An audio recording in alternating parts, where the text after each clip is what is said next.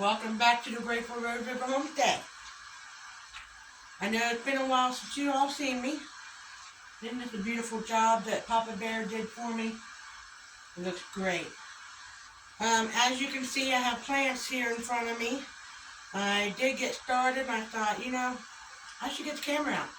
These are the plants that I started with you. If you remember in the previous video where Carmen put the seeds in. Well, they were ready to be up potted. I'll bring them around.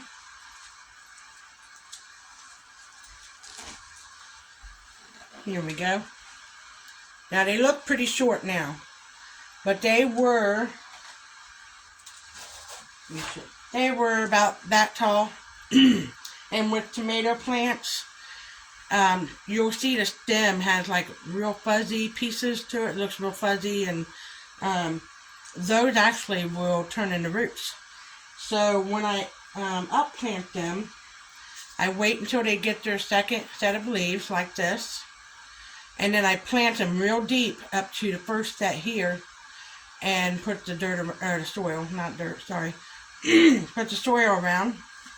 And all that fuzziness that was on the stem will branch out and make this tomato plant grow a lot stronger, and the root system will be a lot stronger. So that's what we're doing today. So far I have up potted 21 or 22 of the San Marzano tomatoes, the paste tomatoes for our sauces. And I have up potted over here, let me see, I have 5 mortgage lifters, and then I have 4, we just put Kentucky tomato on there because it came from one of our friends down in Kentucky, their garden, and I did not get the name unfortunately, so I just put Kentucky tomato. Then also in this, because I needed more room in this tray, and I didn't have enough room to plant the other stuff, I added Tabasco peppers, which I have 1, 2, 3, 4, 5 of those. So that'll be nice because I'm hoping to make Tabasco sauce this year.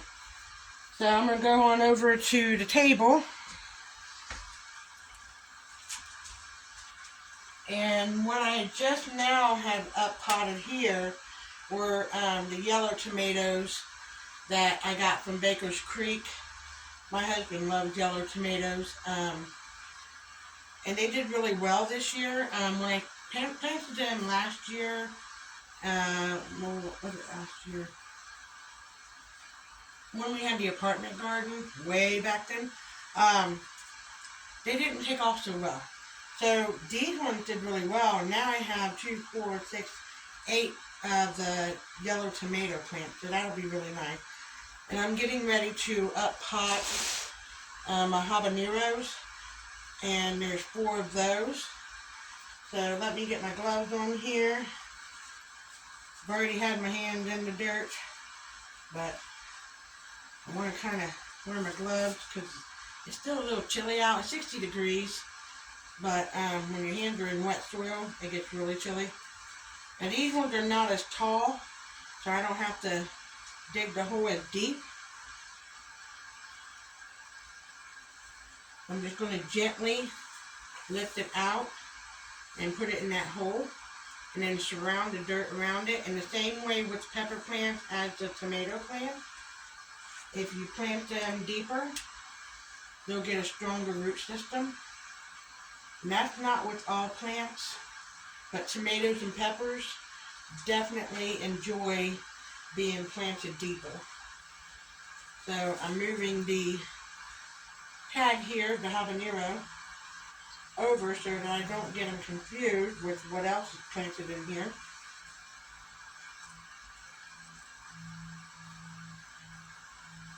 And this is just the first round, I believe. Now the peppers, if this is all the peppers I get, I'm probably going to be okay with that. As far as the hot peppers, The bell peppers, to be honest with you, and the banana peppers, I don't know if my seeds were old. They did not germinate, and I even planted them twice. So I may have to resort, which I don't like to do because it's not economically feasible. I mean, it's feasible, but the word I'm looking for is it's cheaper to grow with seeds, is what I'm saying. But if I have to do that, then we got to do what we got to do to grow the food that we want on the farm.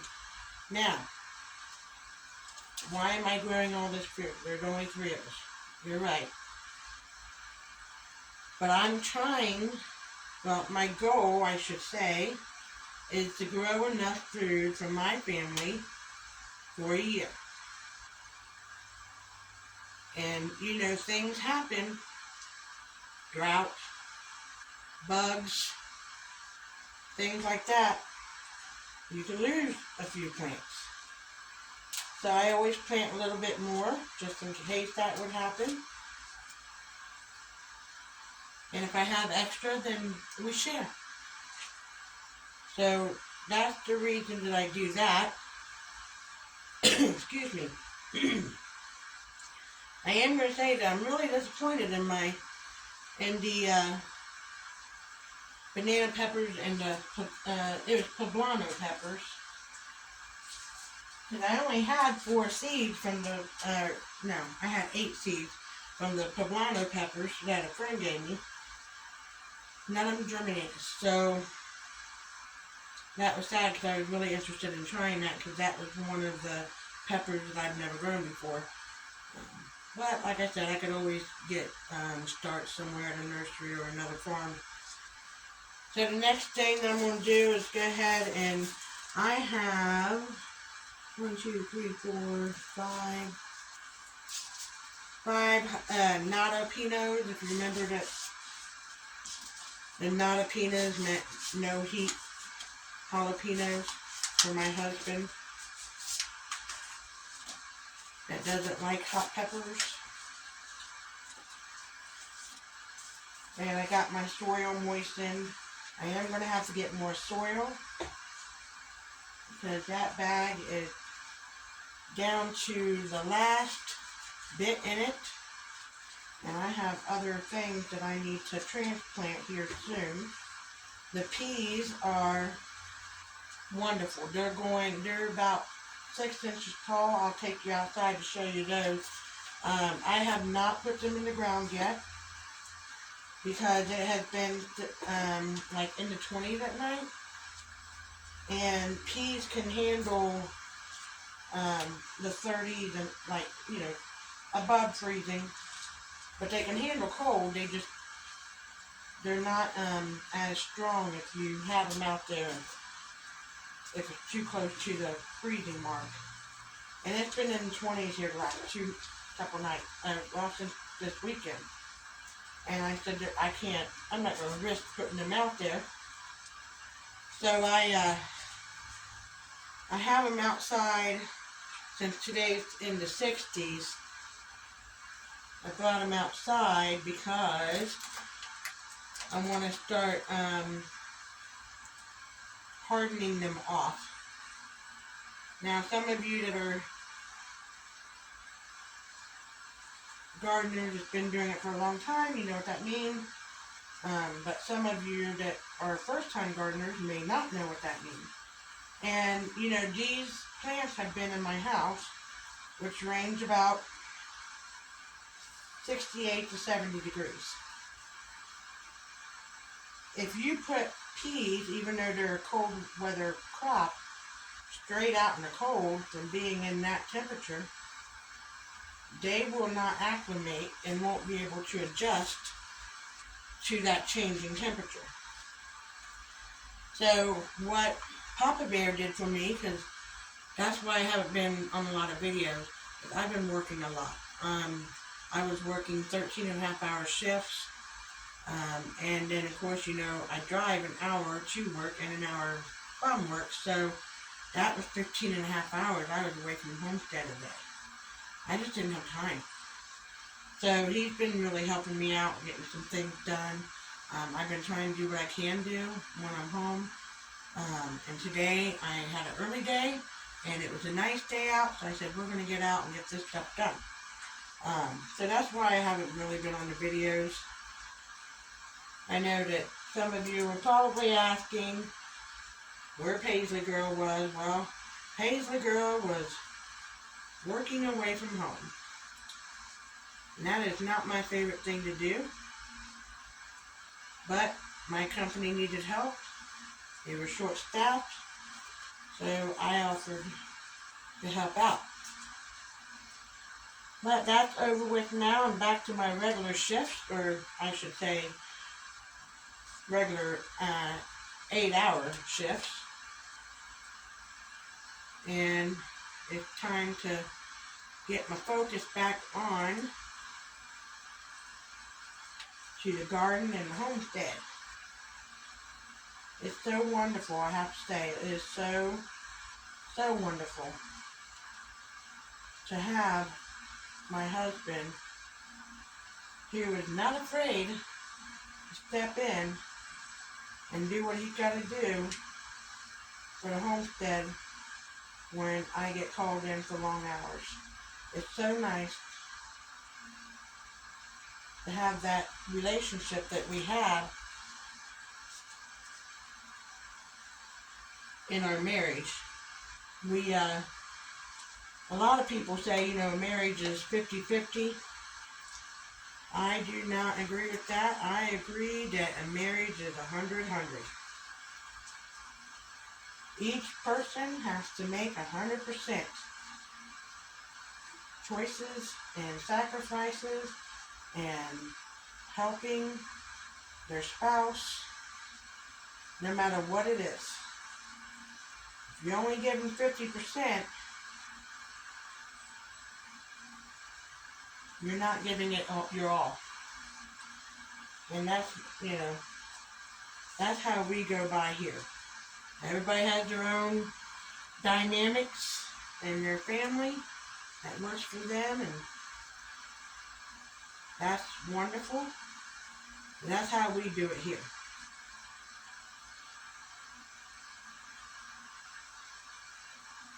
So, in the beginning of the video, before you saw me, you saw something new on the homestead. I know that Papa Bear mentioned it already. What did you think of those? Weren't they cute? So we're excited that we're going to have some chickens finally on the homestead. We did the rabbits first, but that was because they kind of landed in our lap. Someone was unable to take care of them.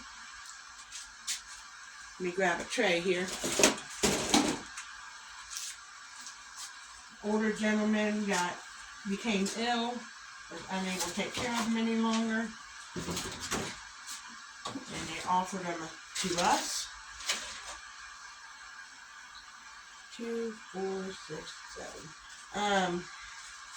So they kind of fell in our lap, and that was our first homestead animal, which was fine with me because that was our goal. That was going to be one of our homestead animals that we wanted to do. So now we have the chicks.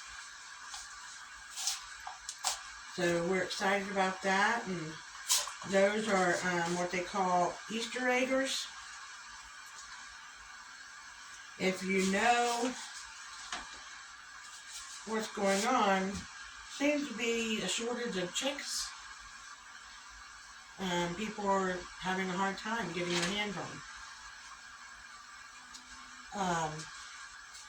So originally I was going to start out with a different chick setup,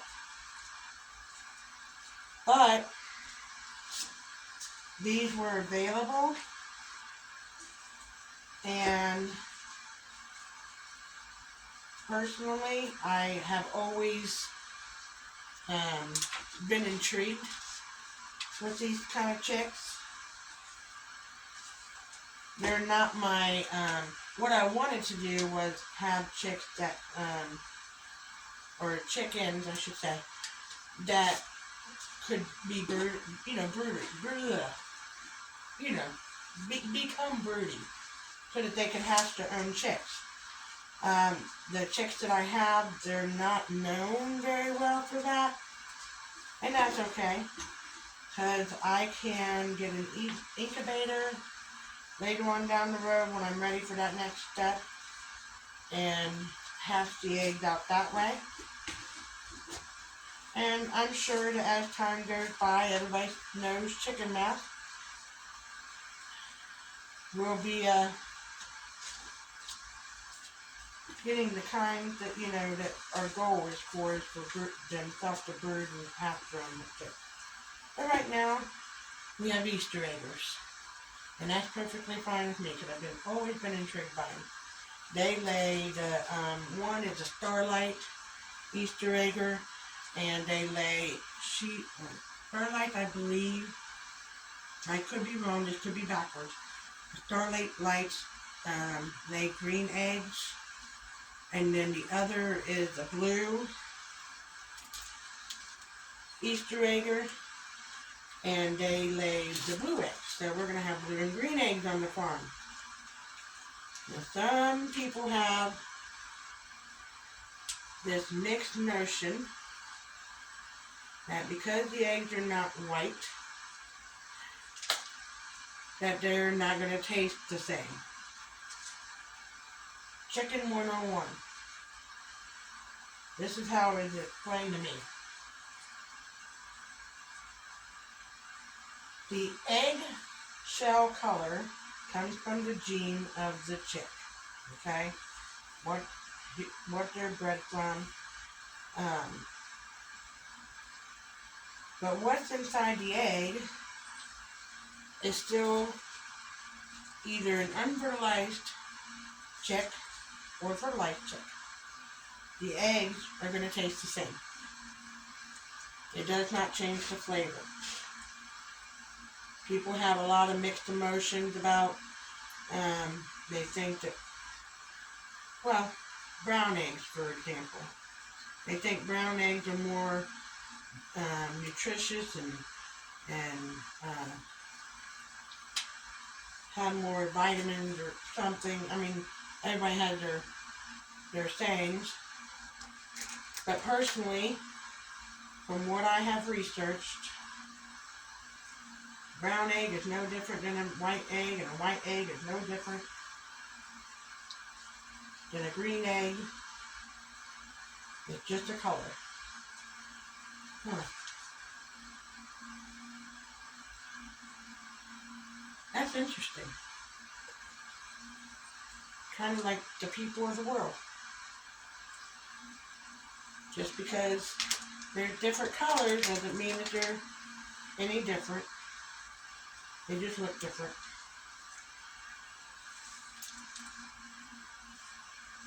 That's interesting. I never thought of it that way. But, so we don't really care what color eggs we're getting, even though I'm going to really enjoy seeing the colors. Because I just think they're unique, and you don't see them in the store. As long as they provide for the family, that's all that matters to us.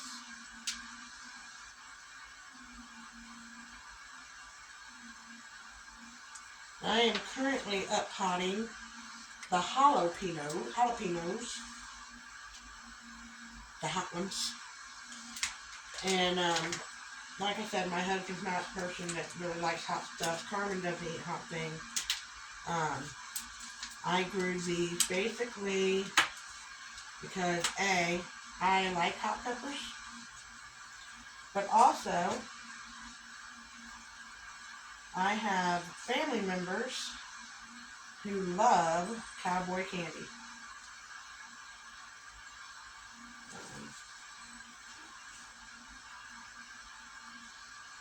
So that's the plan with these, is I will be dehydrating them I'll be canning them for when we want to make nachos and cheese.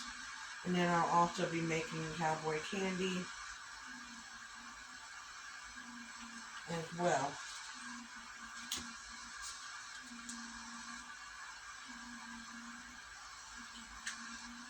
And I think I'm about done up potting after this. I'll be able to take these inside, get them warmed back up.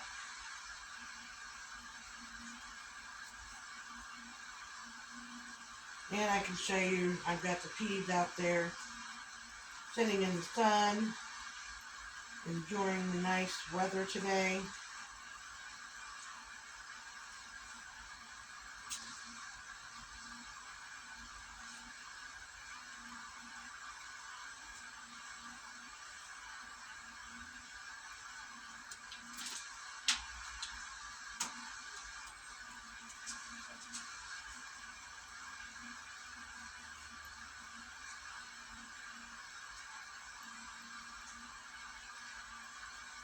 Alright. I have another one there, but I don't think that it would survive if I transplanted it. Why not? Give it a try.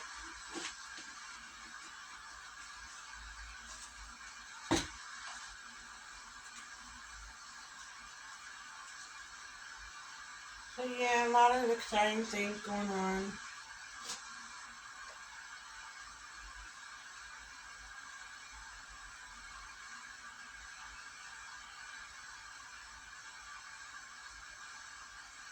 See if that will make it. Usually I don't like to transplant until they get the leaf. But I just don't have the heart to not give the seeds a chance. And there's that. Alright. I can have Papa Bear come in and help me get these in the house. Also, I wanted to talk to you about, excuse me, you know, a while back, it was February 4th, I did a breeding session with one of our does, well, both of our does, and unfortunately, doe number 2, let me bring you guys up here. Doe number 2 sustained an injury during breeding session where the buck injured her back and she went paralyzed. There was nothing that we could do, so she had to be called, and it was so sad because we believed that she was bred before he injured her back, and that happens with rabbits. Their backs are very sensitive, tender, so we had to call her. And we also bred our doe 1. Well, the day came that to put the nesting box in for her, and she pulled her fur, which let us know that, you know, it was almost time. Well, then it turned out that she had a false pregnancy. She thought she was pregnant because she was definitely felt that she was bred, and from research and talking to our friends and things who raise rabbits, they said that that's a sign that the buck could be sterile.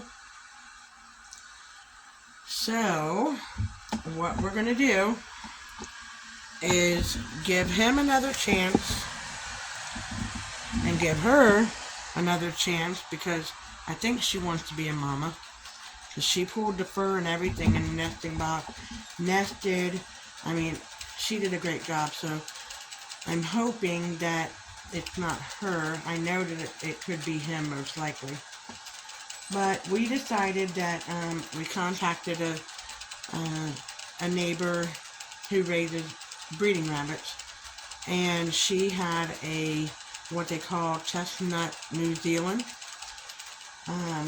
You know that our rabbits are all white because they're the regular New Zealand. Well, she had a chestnut, and this is her. Can you see her? Oh, pretty girl. And she is only 5 months old, so we're going to wait until May because then she'll be 7 months old. And we're going to try her with the same buck that bred, or we thought bred, this one. And if she doesn't take, then we know that he's no longer a breeding buck. So that's what we're doing with the rabbits. I'm hoping that, sooner than later they'll start having some babies for us. But yeah, they're all doing good. We got their cages cleaned today, and they're happy. 60 degrees, they're getting lots of sunlight.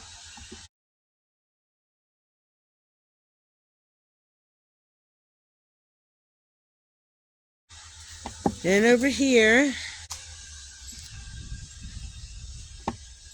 as you can see, my peas are sitting out in the sun.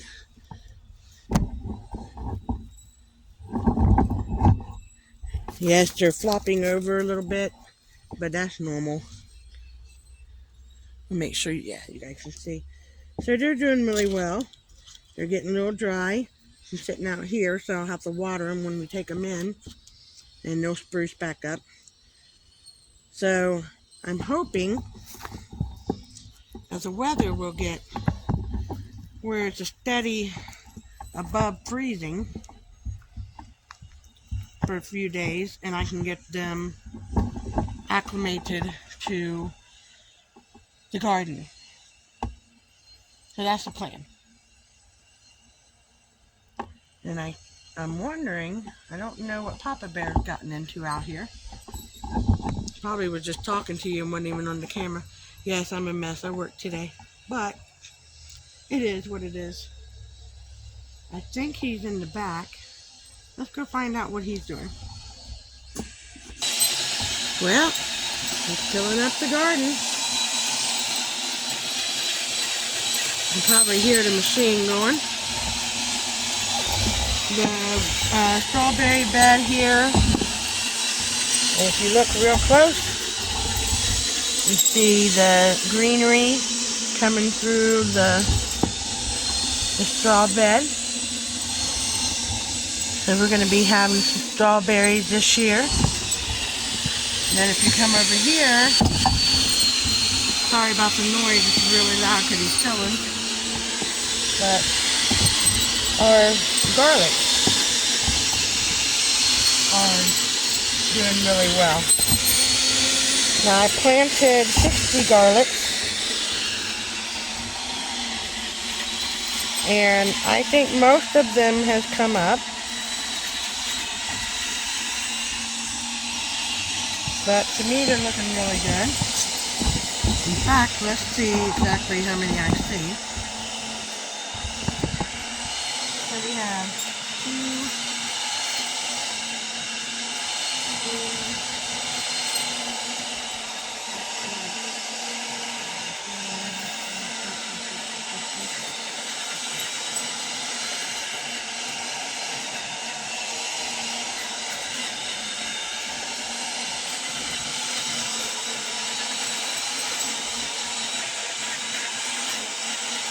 so from what I counted, it looks like out of 60, 41 came up, and I could have missed them. I just kind of did a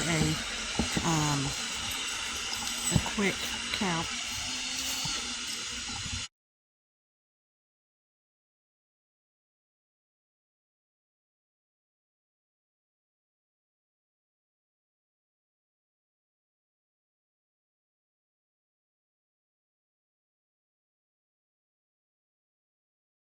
Now we're walking out here towards the river. I'll tell you what, it's so beautiful out here. So peaceful. Look at that.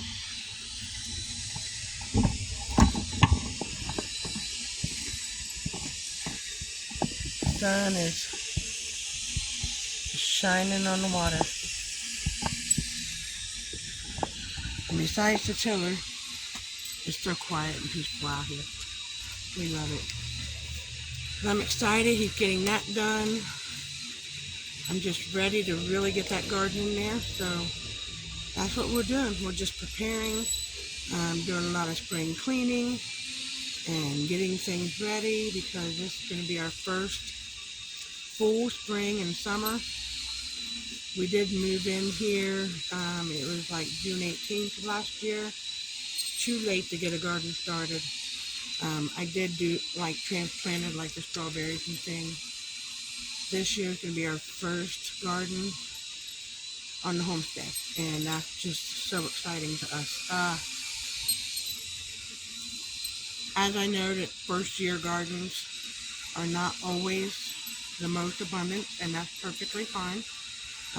Where we have tilled, there's never been garden before, so that's why we amend with the compost of the rabbit waste and the hay, and we have the leaves, and I put the cardboard boxes in there and all that stuff so it'll break down.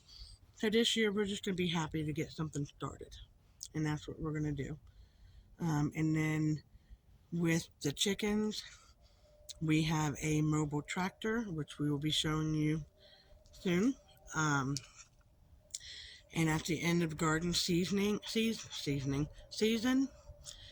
we will put that tractor along in there and let them eat up the leftover vegetation, weeds, whatever that they want to do, and scratch and leave their manure and add the rabbit manure as well, and hay and leaves, and then we're going to cover it and we're going to let the earth rest for the winter.